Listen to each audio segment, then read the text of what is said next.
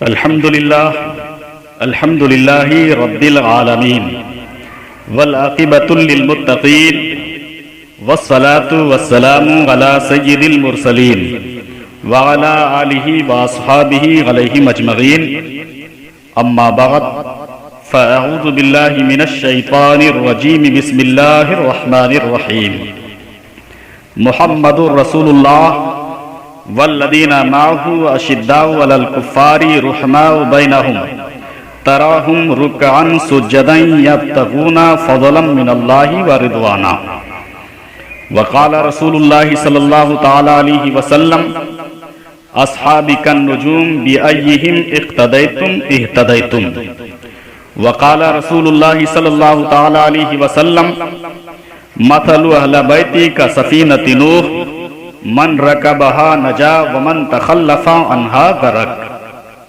وقال رسول اللہ صلی اللہ تعالی علیہ وسلم انا مدینۃ العلم وعلی بابها آمنت باللہ صدق اللہ المولان العظیم وصدق رسولہ النبی الامین المکین المتین المبین الکریم ونحن على ذلك لمن الشاہدین والشاکرین والحمد للہ رب العالمین۔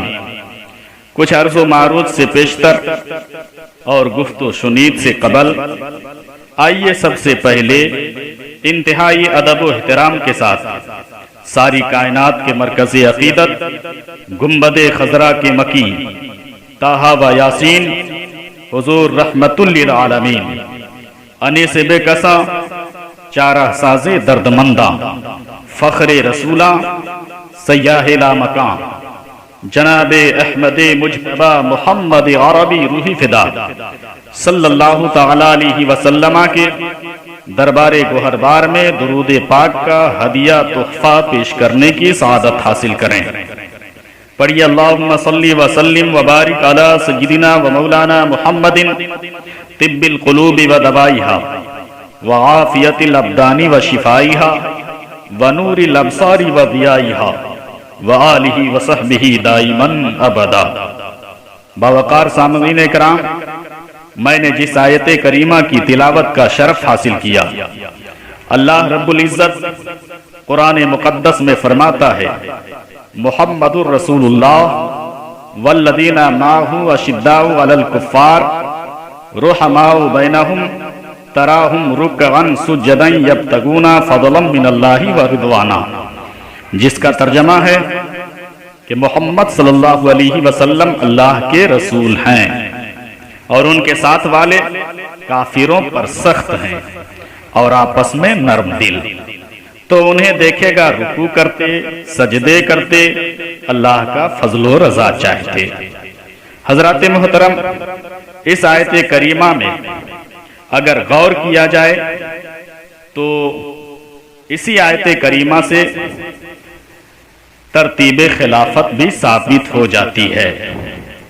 اس آیت کریمہ میں جو ماہو ہے وہ حضرت ابوبکر صدیق کا ہے، ماہو کے بعد اشداء علی الکفار ہے، یہ حضرت عمر فاروق کا ہے، اشداء علی الکفار کے بعد جو رحماء بینہم ہے یہ حضرت عثمان غنی رضی اللہ تعالی عنہ کا ہے، اور رحماء بینہم کے بعد تراہم رکعا سجدہ جو ہے یہ حضرت مولا علی مشکل کشا رضی اللہ تعالی عنہ کا ہے۔ ماہو پہلے ہے اس لیے حضرت ابوبکر صدیق رضی اللہ تعالی عنہ پہلے ہیں اور خلیفہ اول بھی ہیں۔ ماہو کے بعد اشداء علی الکفار ہے تو حضرت عمر فاروق رضی اللہ تعالی عنہ خلیفہ دوم بھی ہیں اور حضرت ابوبکر صدیق کے بعد ہیں۔ اشداء علی الکفار کے بعد رحماء بینہم ہے تو حضرت عثمان غنی رضی اللہ تعالی عنہ حضرت ابوبکر عمر رضی اللہ تعالی عنہما کے بعد ہیں اور خلیفہ سوم بھی ہیں۔ آخر میں تراہم رکعا سجدہ ہے تو حضرت مولا علی مشکل کشا رضی اللہ تعالی عنہ یہ تینوں خلفاء کے بعد ہیں اور خلیفہ چہارم بھی ہیں۔ اسی آیت مبارکہ سے ترتیب خلافت بھی ثابت ہو جاتی ہے۔ حضرات محترم، یہاں پر ایک بات میں آپ کو بتانا چاہتا ہوں، اگر کوئی کتنوں ہی نماز کیوں نہ پڑھ لے، سجدے پہ سجدہ کرے، رکوع پہ رکوع کرے، ماہ رمضان کے روزے بھی رکھے، زکوٰۃ بھی ادا کرے اور حج بھی کرتا رہے، تو یاد رکھیے اپنے دور کا وہ نمازی تو ہو سکتا ہے، روزہ دار تو ہو سکتا ہے، تقوی شعار تو ہو سکتا ہے، حاجی تو ہو سکتا ہے، مگر نبی نہیں ہو سکتا، اس لیے کہ نبوت کا دروازہ بند ہو گیا۔ نبی کا فرمان ہے، انا خاتم النبیین لا نبی بعدی، میں آخری نبی ہوں اور میرے بعد اب کوئی نبی نہیں ہوگا۔ تو اگر کوئی نماز پڑھتا ہو، تقوی شعار ہو، تو اس بنیاد پر نمازی تو بن سکتا ہے مگر نبی نہیں ہو سکتا ہے۔ ایسا ہی اگر کوئی سچ بولے تو سچ بول کر اپنے دور کا صادق تو ہو سکتا ہے مگر صدیق اکبر نہیں ہو سکتا ہے۔ ایسا ہی اگر کوئی عدل و انصاف کا نظام قائم کرے تو اپنے دور کا عادل تو ہو سکتا ہے مگر حضرت عمر فاروق نہیں ہو سکتا۔ ایسا ہی اگر کوئی بہت بڑا سخی ہو، سخاوت کا دریا بہاتا ہو، تو اپنے دور کا سخی تو ہو سکتا ہے، عثمان غنی نہیں ہو سکتا ہے۔ ایسا ہی اگر کوئی بہت بڑا بہادر ہو، شجاعت کا جوہر دکھاتا ہو، تو اپنے دور کا بہادر تو ہو سکتا ہے مگر مولا علی شیر خدا نہیں ہو سکتا ہے۔ نبوت کا دروازہ بند ہو گیا مگر شہادت کا دروازہ اب بھی کھلا ہے۔ اگر کوئی اللہ کی رضا کے لیے اللہ کی راہ میں اپنی گردن پیش کرے، اپنے سر کو کٹا دے، تو یاد رکھیے اپنے دور کا شہید تو ہو سکتا ہے مگر شہید اعظم نہیں ہو سکتا ہے۔ ایسا ہی اگر کوئی بہت بڑا عالم ہو، علم کی چٹان ہو، تو یاد رکھیے اپنے دور کا حضرت تو ہو سکتا ہے مگر بریلی کا اعلیٰ حضرت نہیں ہو سکتا ہے۔ عزیزان ملت اسلامیہ، اب آئیے میں آپ کو ان احادیث کریمہ کی طرف لے چلتا ہوں۔ آیت کریمہ کی تلاوت کے بعد جس کو میں نے پیش کیا ہے، عزیزان ملت اسلامیہ، تو ہمیں جاننا چاہیے کہ نبی کریم صلی اللہ تعالیٰ علیہ وسلم کا ارشاد گرامی ہے، آقا کریم صلی اللہ تعالیٰ علیہ وسلم نے فرمایا ہے، میں نے جو پہلی حدیث پیش کی ہے، آقا فرماتے ہیں اصحابی کالنجوم بأیہم اقتدیتم اہتدیتم۔ سرکار دو عالم صلی اللہ علیہ وسلم ارشاد فرماتے ہیں کہ میرے صحابہ کی مثال ایسی ہی ہے جیسے ستارے، ان میں تم جن کی اقتدا اور پیروی کرو گے ہدایت ہی ہدایت پاؤ گے۔ گویا صحابہ کرام آسمان کے ستاروں جیسے ہیں، ان میں تم جس کے بھی دامن کرم سے وابستہ ہو جاؤ گے ہدایت رسیدہ اور نجات یافتہ ہو جاؤ گے۔ اور دوسری حدیث جو میں نے پیش کی، نبی کریم صلی اللہ تعالی علیہ وسلم ارشاد فرماتے ہیں مثل اہل بیتی کا سفینۃ نوح من رکبہا نجا ومن تخلف عنہا غرق۔ آقا کریم صلی اللہ تعالی علیہ وسلم نے اہل بیت اطہار رضوان اللہ تعالی علیہ مجمعین کے بارے میں ارشاد فرمایا کہ میرے اہل بیت اطہار کی مثال کشتی نوح جیسی ہے، یعنی جس طرح جو لوگ کشتی نوح میں بیٹھے وہ سلامت رہے اور پہنچ گئے، اور جو لوگ اس میں نہ بیٹھے وہ غرقاب ہوئے ڈوب گئے، اسی طرح میرے اہل بیت اطہار کی مثال ہے جو ان سے لگا لپٹا رہے گا، ان کے نقش قدم پر چلے گا، وہ دین و دنیا کے مصائب و آلام، عذاب و عتاب سے بچ جائے گا، اور جو ان سے کترا گیا اس کے لیے نقصان اور گھاٹے کے سوا کچھ نہیں ہے۔ گویا کہ جو کلمہ گو ہدایت و نجات کا متمنی ہے وہ صحابہ کرام اور اہل بیت اطہار رضوان اللہ تعالی علیہ مجمعین دونوں کی عقیدت و محبت سے اپنے دل کو معمور رکھے اور ان لوگوں کی رضا کو اپنی رضا سمجھے اور اسی میں دین و دنیا کی صلاح و فلاح یقین کرے۔ تاریخی واقعات کی روشنی میں اگر کہیں ذہنی خلجان پیدا ہوتا ہو تو اس کو دفع کرتا رہے۔ حضرات محترم، ان کے نقش قدم کو نشان راہ بنائیے۔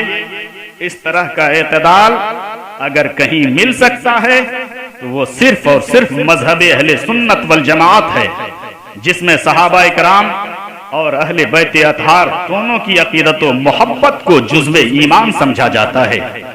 چنانچہ ایک شاعر نے کہا، دل کو تھاما ان کا دامن تھام کے، دل کو تھاما ان کا دامن تھام کے، ہاتھ اپنے دونوں نکلے کام کے۔ خدا کا شکر ہے کہ ہمارے ہاتھ میں دامن صحابہ بھی ہے اور دامن اہل بیت اطہار بھی ہے۔ ہم صحابہ کرام اور اہل بیت اطہار کی عقیدت میں ہوائے نفس یا تاریخی چکر کے قائل نہیں، چاہے وہ جنگ جمل کا معاملہ ہو یا جنگ صفین کا معاملہ ہو یا حضرت مولا علی مشکل کشا رضی اللہ تعالی عنہ اور ام المؤمنین عائشہ صدیقہ رضی اللہ تعالی عنہا کی رائے کا اختلاف کا معاملہ ہو یا حضرت امام حسن مجتبی رضی اللہ تعالی عنہ اور حضرت امیر معاویہ رضی اللہ تعالی عنہ کا اختلاف کا معاملہ ہو اور ان کی مصلحت بینی ہو۔ حضرات محترم، نہ تو ہم ان حضرات کے حکم ہیں اور نہ ہی ثالث، اور سچ پوچھو تو یہ ہمارا منصب بھی نہیں ہے۔ آخر یہ سر کا کیسا سودا ہے کہ سارے اختلافات یہیں حل کر لیے جائیں۔ ایسے حوادثات و معاملات جہاں عقیدت کی آہنی دیوار میں شگاف آنے کا اندیشہ ہو، احادیث مبارکہ کو حکم و ثالث ماننے کے بجائے ترازو لے کر ہم کیوں بیٹھ جائیں؟ جب اللہ کے رسول صلی اللہ تعالی علیہ وسلم کی حدیث سے پتہ چل گیا کہ ہمارے لیے دونوں ہی واجب الاحترام اور قابل تقلید و پیروی ہیں، تو تاریخی بھنور میں پاؤں ڈالنے کے بجائے خود سرکار کی حدیث اور فرمان نبوی کو کیوں نہ کسوٹی قرار دیا جائے؟ اس لیے ہم اہل سنت والجماعت اصحابی کالنجوم اور مثلو اہل بیتی کا سفینت نوح کے ہوتے ہوئے اگر تاریخی روایات کو پس پشت نہ ڈالتے ہیں تو کم از کم سکوت و خاموشی ضرور اختیار کرتے ہیں۔ حضرات محترم، احادیث مبارکہ کی صراحت کے بالمقابل ایسی جرأت و جسارت جس سے ان میں سے کسی کے بھی دامن کے چھوڑ جانے کا خطرہ ہو، وہاں ایک ایسی درمیانی راہ اختیار کرنی چاہیے جس سے نہ تو کسی جانب افراد کا الزام آئے اور نہ ہی تفرید کا الزام آئے۔ یہی وہ طریقہ ہے جسے اہل سنت والجماعت نے محبوب اور پسندیدہ فرمایا ہے۔ حضرات محترم، جب بات آ ہی گئی ہے تو مناسب ہے کہ اس کا آخری فیصلہ ہی کر لیا جائے۔ دیکھیے، جب کسی مقدمہ میں منصف یا جج کے روبرو مدعی اور مدعا علیہ کے وکیل بحث کرتے ہیں تو مدعی سے نیچا اس کا محرر اور منشی ہوتا ہے اور وکیل سے اونچا منصف اور جج ہوتا ہے۔ دیانتداری اور ایمانداری سے بتلائیے، دونوں وکلا کی گفتگو سننے کے بعد فیصلے کا حق کس کو ملتا ہے؟ فیصلے کا حق کس کا بنتا ہے؟ کون فیصلہ کر سکتا ہے؟ محرر کو حق ملتا ہے یا جج کو حق ملتا ہے؟ تو آپ کا یقیناً جواب ہوگا کہ یہ حق وکیل سے بڑے کو ملتا ہے، چھوٹے کو نہیں ملتا ہے۔ جو جج ہوتا ہے وہی فیصلہ کر سکتا ہے۔ بس ایسے ہی حضرت سیدہ عائشہ صدیقہ رضی اللہ تعالی عنہا اور حضرت مولا علی مشکل کشا رضی اللہ تعالی عنہ اور حضرت سیدنا امام حسن مجتبی رضی اللہ تعالی عنہ اور سیدنا حضرت امیر معاویہ رضی اللہ تعالی عنہ وغیرہ کے جو اجتہاد و اختلافات ہیں، ان میں ان کے بعد والوں یا ان سے وہ جو درجات میں کمتر ہوں، انہیں کوئی حق نہیں کہ وہ فیصلے کی ترازو لے کر بیٹھ جائیں اور جسے چاہیں جیل کی سلاخوں کے پیچھے دھکیل دیں یا پھانسی کے تختے پر لٹکا دیں۔ ہماری اوقات ہی کیا ہے؟ حضرات محترم، ہم تو لو کوالٹی کے مسلمان ہیں، ہم تو لو کوالٹی کے مسلمان ہیں، اور ہم ان کے بارے میں ترازو لے کر کیوں بیٹھیں جن کا مرتبہ بہت بڑا ہے، جو صحابیت کے درجات پر فائز ہیں، جو اہل بیت اطہار کے مرتبے پر فائز ہیں۔ عزیزان ملت اسلامیہ، ہم لو کوالٹی کے مسلمانوں کو کوئی حق نہیں بنتا ہے کہ ان کے حق میں کوئی فیصلہ کریں۔ سب سے پہلی بات تو یہ ہے کہ احادیث کے ہوتے ہوئے ہم کسی اور کے فیصلے کے محتاج ہی نہیں ہیں۔ عزیزان ملت اسلامیہ، اسی لیے ہم اس فیصلے کو اللہ اور اللہ کے رسول کے سپرد کریں گے، اس لیے کہ وہ احکم الحاکمین ہے اور اس کے نائب مطلق اور خلیفہ اعظم سید الکونین سلطان دارین حضرت محمد مصطفیٰ صلی اللہ تعالی علیہ وسلم ہے۔ وہ جو فیصلہ کریں گے وہی حق ہوگا۔ تو پروردگار عالم کا فیصلہ ہے، کُلًّا وعد اللہ الحسنى، اللہ تبارک و تعالی نے اپنے تمام صحابہ اکرام سے جنت کا وعدہ فرما لیا ہے اور ان کے ان اختلافات کو معاف فرما دیا ہے۔ حضرات، یہ ایک ذیلی بحث میں ہم نے شاید آپ کا کچھ زیادہ وقت لے لیا، مگر یہ گفتگو میرے موضوع کی اہم کڑی تھی، اس لیے اسے نظر انداز کر دینا مناسب نہیں سمجھا۔ یہ ایک بہت ہی اہم اور تفصیلی بحث ہے، لیکن اختصار کے پیش نظر میں نے بہت ہی سمیٹ کر اسے پیش کیا ہے۔ اب آئیے ذرا ذہن کو قریب کیجئے۔ حضرات، ایک سوال پیدا ہوتا ہے کہ سرکار نے صحابہ کو ستارہ فرمایا، سرکار نے صحابہ کو ستارہ فرمایا اور اہل بیت اطہار کو کشتی نوح، آخر اس کا فلسفہ کیا ہے؟ اس میں کون سی حکمت پوشیدہ ہے کہ نبی کریم صلی اللہ تعالی علیہ وسلم نے صحابہ کو ستارہ فرمایا اور اہل بیت اطہار کو کشتی نوح؟ اس میں اشارات و کنایات میں سرکار نے ہمیں کیا بتایا؟ آئیے ہم جاننے کی کوشش کرتے ہیں۔ حضرات، آپ کی توجہ چاہتا ہوں۔ دوستو، یہ اس نبی کا کلام ہے جس نے خود اپنے متعلق فرمایا، انا جامع الکلم، میں کلمات کا جامع ہوں۔ یہ تو نبی ہی کی شان ہے کہ اشارات و کنایات میں ایسا فرما دیں کہ ہزاروں صفحات رنگنے کے بعد بھی ایک قلمکار مفہوم کی ادائیگی میں اتنا کامیاب نہ ہو سکے جتنا کہ نبی صرف ایک حرف میں بے شمار معنی پیدا فرما دے۔ یہ تو اپنے اپنے غور و فکر کا معیار اور فہم و رائے پر موقوف ہے کہ جس کی جیسی پرواز تھی وہ وہاں تک پہنچ گیا۔ واضح رہے کہ نبی کا ایک ایک حرف جو ہوتا ہے نا، بہت ہی جچا چلا ہوتا ہے۔ کسی بھی مفہوم کی ادائیگی میں الفاظ بہت ہی محتاط ہوتے ہیں، لہذا ایسے ہی ستارہ اور کشتی نوح میں ایک ایسی مناسبت ہے جو مشاہدے کی روشنی میں عقلاء اور دانشوروں کے مسلمات میں سے ہے۔ حضرات محترم، آج کا بھی یہ دستور و معمول ہے کہ رات کی تاریکی میں جہاز کا سمت سفر معلوم کرنے کے لیے جہاز کے کپتان کو آسمان کے ستاروں پر نظر رکھنی پڑتی ہے۔ جانتے ہیں کیوں؟ اس لیے کہ ان میں سے بعض ستارے سمت سفر متعین کرنے میں معاون و مددگار ہوتے ہیں۔ اگر ان سے آنکھیں پھیر لی جائیں تو اندیشہ ہے کہ جہاز کا سمت سفر بدل جائے۔ ساتھ ہی ساتھ یہ بھی خطرہ ہے کہ راہ کے بدل جانے سے جہاز کسی ایسی پہاڑی سے ٹکرا جائے جو سطح سمندر پر ابھری نہ ہو۔ اگر ایسا ہوا تو جہاز پاش پاش اور ٹکڑے ٹکڑے ہو جائے گا۔ لہذا یہ بات واضح ہو گئی کہ جہاز کے کپتان کے لیے ضروری ہے کہ وہ ستاروں کی طرف سے غافل نہ ہو، ورنہ اس کے خطرات و برے نتائج ظاہر ہوں گے۔ بس اب مجھے کہہ لینے دیا جائے کہ ایسے ہی سرکار نے صحابہ کو ستارہ اور اہل بیت کو کشتی فرما کر اشارہ کر دیا کہ کشتی کے سوار اور خود ملاح کے لیے ضروری ہے کہ وہ ستاروں سے غافل نہ ہو۔ اگر کشتی سوار ستاروں سے غافل ہو گئے تو سمت سفر کے بدل جانے کا اندیشہ یقینی ہے، جانا کہیں اور ہوگا اور پہنچے گا کہیں اور۔ اس لیے اگر اس ساحل سے اس ساحل تک جانا ہے تو کشتی کی بھی ضرورت ہے اور ستاروں کی بھی ضرورت ہے، اور اس دنیا سے آخرت کی دنیا میں کامیابی کی طرف جانا ہے تو صحابہ کی بھی ضرورت ہے اور اہل بیت اطہار کی بھی ضرورت ہے۔ حضرات محترم، ایک بحری جہاز کو منزل سے ہمکنار ہونے کے لیے ضروری ہے کہ کشتی سے بھی تعلق رکھے اور اس کی نگاہ ستاروں پر بھی ہو۔ غرض ان دو لفظوں میں سرکار نے ایسی معتدل اور نارمل صورت پیدا فرما دی ہے کہ اگر اسے منظور کر لیا جائے تو نہ جانے کتنے پیچیدہ مسائل خود بخود حل ہو جاتے ہیں۔ حضرات محترم، اب یہیں پر ایک بات اور بھی ملاحظہ فرمائیں کہ صحابہ کی مثال ستاروں جیسی ہے۔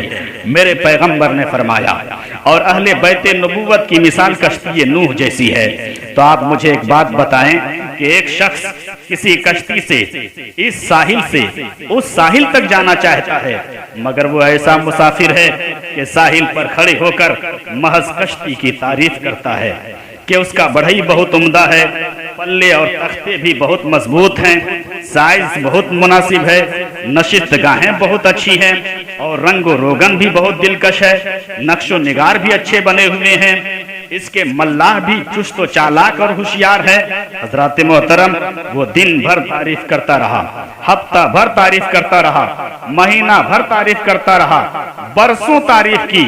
آپ مجھے بتائیے، یہ ساحل پر کھڑے رہ کر کشتی کی تعریف کرنے والا زندگی بھر تعریف کرتا رہا، لیکن کشتی کے قریب نہ آیا، نہ اس پر بیٹھا، تو کیا محض تعریف کرتے کرتے دوسرے ساحل تک پہنچ جائے گا؟ تو یقیناً آپ کا جواب ہوگا کہ ہرگز نہیں پہنچ سکتا، اس لیے کہ اس ساحل سے اس ساحل تک پہنچنے کے لیے کشتی پر سوار ہونا پڑے گا، محض تعریف کرنے سے کام نہیں چلے گا۔ لہٰذا یہ حقیقت واضح ہو گئی کہ اہل بیت اطہار کی مثال جب کشتی جیسی ہے، تو اگر کوئی محض ان کی تعریف میں لگا رہے مگر ان کا اطاعت شعار نہ ہو، مطیع و فرما بردار نہ ہو، ان کے حکم پر نہ چلتا ہو، تو وہ ساحل مراد تک نہیں پہنچ سکتا۔ تو جس طرح ساحل پر کھڑے ہو کر محض کشتی کی تعریف کرنے والا دوسرے ساحل تک نہیں پہنچ سکتا، بس ایسے ہی اہل بیت اطہار کی محض تعریف کرنے والا کبھی بھی ہدایت و نجات یافتہ نہیں ہو سکتا، جب تک کہ ان کا اطاعت شعار نہ بن جائے، ان کا فرما بردار نہ بن جائے، ان کی پیروی نہ کرے۔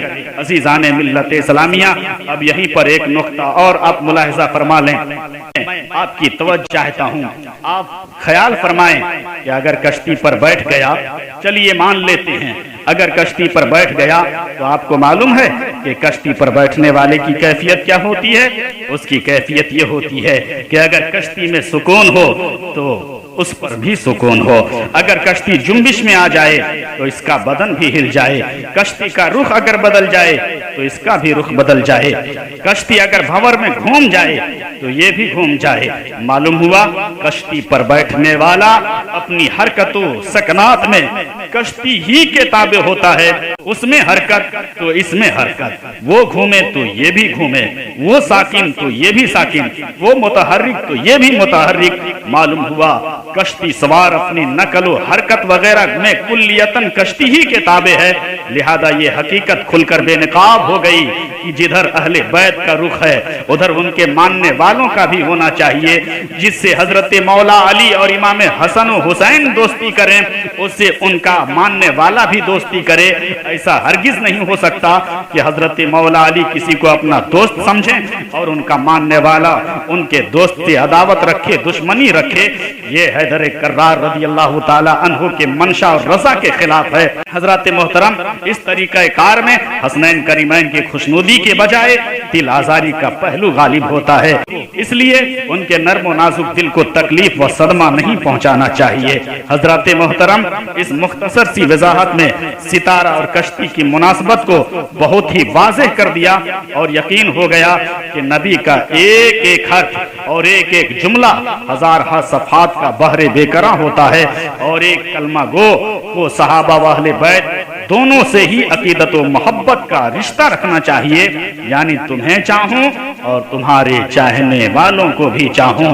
حضرت مولا علی نے جن کو چاہا ان کو بھی چاہا جائے، حضرت امام حسن مجتبی نے جن کو چاہا ان کو چاہا جائے، حضرت امام حسین نے جن کو چاہا ان کو چاہا جائے۔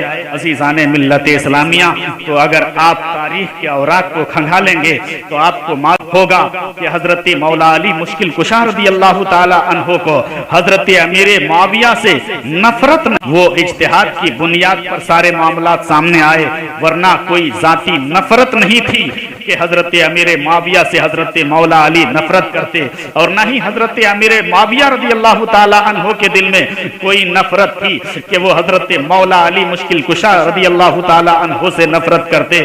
حال تو ایسا ہے کہ عزیزان ملت اسلامیہ، ایک شاعر آتا ہے حضرت امیر معاویہ رضی اللہ تعالی عنہ کی بارگاہ میں اور کچھ اشعار سناتا ہے، تو حضرت مولا علی کا اشعار پڑھتا ہے تو حضرت امیر معاویہ رضی اللہ تعالی عنہ کہتے ہوئے جاتے ہیں اور انہیں نوازتے ہوئے جاتے ہیں، انعام و اکرام عطا کرتے ہوئے جاتے ہیں اور کہتے ہیں کہ حضرت مولا علی اس سے بھی بہتر ہیں، حضرت مولا علی اس سے بھی بہتر ہیں۔ یہ اس بات کا ثبوت ہے کہ وہ آپس میں نرم دل ہیں، ایک دوسرے سے کسی کو نفرت نہیں، تو ہمیں فیصلہ کرنے کا حق ہی نہیں ہے۔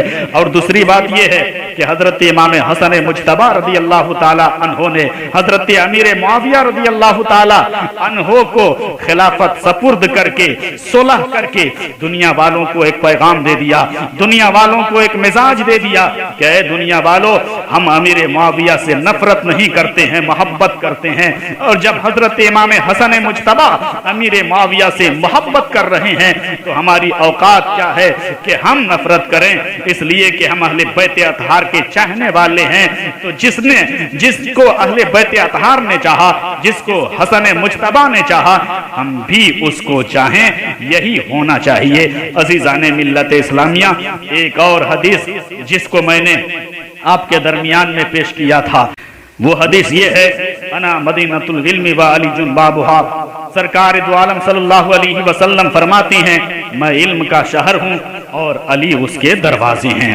نبی کریم صلی اللہ علیہ وسلم نے کیا فرمایا؟ میں علم کا شہر ہوں اور علی اس کے دروازے ہیں۔ حضرات محترم، اس حدیث پاک سے حضرت مولا علی مشکل کشا رضی اللہ تعالی عنہ کے فضل و کمالات کا بخوبی اندازہ ہوتا ہے۔ لہذا جسے علم کے شہر سے کچھ لینا ہو وہ ادھر ادھر سے نہ آئے، کود پھاند کر نہ آنے کی کوشش کرے، چور دروازے سے داخلہ نہ لے بلکہ صدر دروازے سے آئے، اور وہ ہیں کون؟ وہ ہیں حضرت مولا علی مشکل کشا رضی اللہ تعالی عنہ۔ حضرات، اب سے پہلے رواج تھا کہ دارالسلطنت کی حفاظت کے لیے اس دور کے راجہ مہاراجہ، نواب اور سلاطین اپنے شہر کو چہار دیواری سے گھیر دیتے تھے۔ مختلف سمتوں میں آنے جانے کے لیے دو ایک دروازے ہوتے تھے جسے شہر پناہ کہتے تھے۔ آج بھی یہ دیواریں کہیں کہیں محفوظ ہیں اور کہیں کہیں اس کے آثار نظر آتے ہیں۔ عزیزان ملت اسلامیہ، اب اسی کی روشنی میں اس حدیث پاک کا مفہوم آپ سماعت کرنے کی کوشش کریں۔ نبی کریم صلی اللہ علیہ وسلم فرماتے ہیں، میں علم کا شہر ہوں اور علی اس کے دروازے ہیں۔ اس دروازے نے کئی چیزوں کی نشاندہی کر دی۔ حضرات محترم، اگر شہر کے چہار جانب دیوار نہ کھڑی ہو تو شاہراہ سے چل کر جہاں سے داخل ہونا ہو وہاں اگر دروازہ بنا دیا جائے تو آپ خود فیصلہ فرمائیں کہ آخر اس دروازے سے کیا فائدہ ہوگا جبکہ اس کے دائیں بائیں کھلا ہوا ہو، آدمی جدھر سے چاہے جہاں سے چاہے چلا جائے، بائیں کھلا ہو دائیں کھلا ہو۔ عزیزان ملت اسلامیہ، تو معلوم ہوا کہ ایک دروازہ اپنے ارد گرد کیا چاہتا ہے؟ دیوار چاہتا ہے۔ حضرات محترم، اگر دیوار بھی تسلیم کر لی جائیں تو دیوار کیا چاہتی ہے؟ دیوار بنیاد چاہتی ہے۔ اگر دیوار بغیر بنیاد کے ہو تو سطح زمین سے یہ اٹھتی ہوئی دیوار نہ تو آندھی کا جھونکا برداشت کر سکتی ہے اور نہ ہی سیلاب کا دھارا اور ریلا برداشت کر سکتی ہے، ایک ہی جھٹکے میں لیٹ جائے گی۔ لہذا ایک دانشور بغیر دیوار بغیر بنیاد کے دیوار نہیں اٹھاتا ہے۔ حضرات محترم، ہم نے دیوار مانا، بنیاد بھی مان لیا، مگر یہ بتائیے کہ اگر کہیں اس پر چھت نہ ڈالی جائے تو شہر کا نگراں، عمال، محافظ دستہ، آفس کے کلرک، یہ سب کہاں اور کس طرح اپنی ڈیوٹی انجام دے سکیں گے؟ اور گرمی کی دھوپ اور اس کی تپش سے محفوظ کس طرح رہ سکیں گے؟ اور موسم سرما کی ٹھنڈی لہر اور موسم برسات میں بارش اور اولوں سے کس طرح بچ سکیں گے؟ اس لیے چھت کا ہونا بھی ضروری ہے۔ لہذا پتہ چلا کہ ایک کار آمد دروازہ اپنے وجود میں بنیاد، دیوار اور چھت سب کو چاہتا ہے۔ اب آئیے شہر علم کی بنیاد، دیوار اور چھت کا سراغ لگانے کی کوشش کرتے ہیں۔ حضرات محترم، جب ہم نے واقعات و حقائق کی روشنی میں اس کا پتہ لگایا اور مطالعہ کرنے کی کوشش کیا تو یاد رکھیے ہمیں معلوم ہوا کہ خلیفہ اول حضرت سیدنا ابو بکر صدیق رضی اللہ تعالی عنہ اس کی بنیاد ہیں، اور خلیفہ ثانی حضرت سیدنا امیر المومنین عمر فاروق اعظم رضی اللہ تعالی عنہ اس کی دیوار ہیں، اور خلیفہ سوم حضرت سیدنا امیر المومنین عثمان غنی رضی اللہ تعالی عنہ اس کی چھت ہیں، اور خلیفہ چہارم حضرت سیدنا امیر المومنین علی مرتضی رضی اللہ تعالی عنہ اس کے دروازے ہیں۔ حضرات محترم، ایک دیوار کے اٹھانے میں جو ترتیب پائی جاتی ہے، یعنی پہلے بنیاد ہے، پھر دیوار ہے، پھر چھت ہے، بعد اور اخیر میں دروازہ ہے، بس بے عین ہی اسی ترتیب سے خلافت راشدہ بھی ہے۔ بنیاد پہلے ہوتی ہے تو حضرت سیدنا ابو بکر صدیق کی حیثیت بنیاد جیسی ہے، وہ پہلے خلیفہ بھی ہیں۔ اسی طرح اس کے بعد مرتبہ دیوار کا ہے، حضرت سیدنا فاروق اعظم رضی اللہ تعالی عنہ اس کی دیوار ہیں اور خلیفہ ثانی بھی ہیں۔ ایسے ہی اس کے بعد تیسرا مرتبہ چھت کا ہوتا ہے، سیدنا حضرت عثمان غنی رضی اللہ تعالی عنہ اس کی چھت کے مانند ہیں اور خلیفہ سوم بھی ہیں، اور آخری مرتبہ دروازے کا ہے، اور شیر خدا حضرت مولا علی مشکل کشا رضی اللہ تعالی عنہ کی حیثیت دروازے کے مانند ہے، اور وہ چوتھے خلیفہ بھی ہیں۔ حضرات، اگر سنجیدگی اور متانت سے حدیث مبارکہ پر غور کیا جائے تو اسی حدیث مبارکہ میں ترتیب خلافت بھی پائی جاتی ہے۔ گویا کہ اشاروں کی زبان میں نبی کریم صلی اللہ علیہ وسلم نے ایک عظیم فتنے کا سدباب فرمایا کہ ایک مکان کی تعمیر میں بنیاد، دیوار، چھت اور دروازہ میں جو ترتیب پائی جاتی ہے 100% وہی ترتیب خلافت بھی ہے۔ عزیزان ملت اسلامیہ، اگر کوئی یہ کہے کہ شہر میں جانے کے لیے ہمیں دروازے کی ضرورت نہیں تو اس سے پوچھئے آخر کیسے جاؤ گے؟ نقاب لگا کر جاؤ گے؟ کمن پھینک کر جاؤ گے؟ اچھل کود کر جاؤ گے؟ تم اپنے جانے کی نوعیت تو بتاؤ۔ بہرحال اگر وہ صدر دروازے کو چھوڑ کر ان میں سے کوئی بھی صورت اختیار کرتا ہے تو خود اس نے اپنا رشتہ اور تعلق ظاہر کر دیا۔ ایسے وہ کون لوگ ہیں جو رات کی تاریکی میں کسی دیوار میں نقب لگاتے ہیں، کمن پھینک کر اس کے ذریعے داخل ہوتے ہیں؟ مجھے کچھ کہنا نہیں ہے، آپ ذہن پر زور دے کر خود ایسے مجرم کی کلائی تھام لیجئے تاکہ شریعت اسلامیہ کا محافظ دستہ اس کے ہاتھ میں ہتھ کڑی اور پاؤں میں بیڑی پہنا سکے۔ عزیزان ملت اسلامیہ، نبی کریم صلی اللہ علیہ وسلم نے فرمایا میں علم کا شہر ہوں اور علی اس کے دروازہ ہیں۔ آپ پر یہ حقیقت واضح رہے کہ عمارت بننے کے بعد دروازہ تعمیر نہیں کروایا جاتا، بلکہ عموماً دروازہ پہلے ہی تیار رہتا ہے۔ معلوم ہوا کہ تیار رہنا اور ہے اور عمارت میں فٹ کرنا، لگانا، اس کی زینت بنانا اور ہے۔ یہ کام بوقت ضرورت ہی ہوتا ہے۔ بس اسی طرح کی مناسبت ترتیب خلافت میں بھی ہے۔ حضرات محترم، شیر خدا حضرت علی مرتضی رضی اللہ تعالی عنہ کو دروازہ فرما کر نبی کریم صلی اللہ علیہ وسلم نے حضرت مولا علی مشکل کشا کی قد آور شخصیت کو بہت ہی ممتاز اور بلند فرما دیا۔ یاد رہے، ایوان شاہی ہو یا سلاطین کا محل، راجاؤں کی کوٹھی ہو یا کسی تاجدار کا قلعہ معلیٰ، ان تمام عمارتوں کا وقار اس کا صدر گیٹ ہوتا ہے اور دروازہ ہوتا ہے۔ عمارت کے بقیہ حصوں میں اتنی رقم نہیں خرچ کی جاتی جتنا کہ دروازے پر خرچ کی جاتی ہے۔ عزیزان ملت اسلامیہ، اس گفتگو کے بعد ہمیں یقین ہے کہ آپ کے دلوں میں صحابہ کرام اور اہل بیت اطہار رضوان اللہ تعالی علیہ مجمعین کی عقیدت و محبت بیٹھ گئی ہوگی۔ رب تبارک و تعالی کی بارگاہ میں دعا کرتا ہوں کہ مولا ہمیں کہنے سننے سے زیادہ عمل کرنے کی توفیق و رفیق عطا فرما، اور صحابہ کرام اور اہل بیت اطہار سے خوب محبت و عقیدت رکھنے کی توفیق و رفیق عطا فرما۔ وآخر دعوانا ان الحمدللہ رب العالمین، استغفر اللہ ربی من کل ذنب واتوب الیہ۔ لا الہ الا اللہ محمد رسول اللہ صلی اللہ تعالی علیہ وسلم۔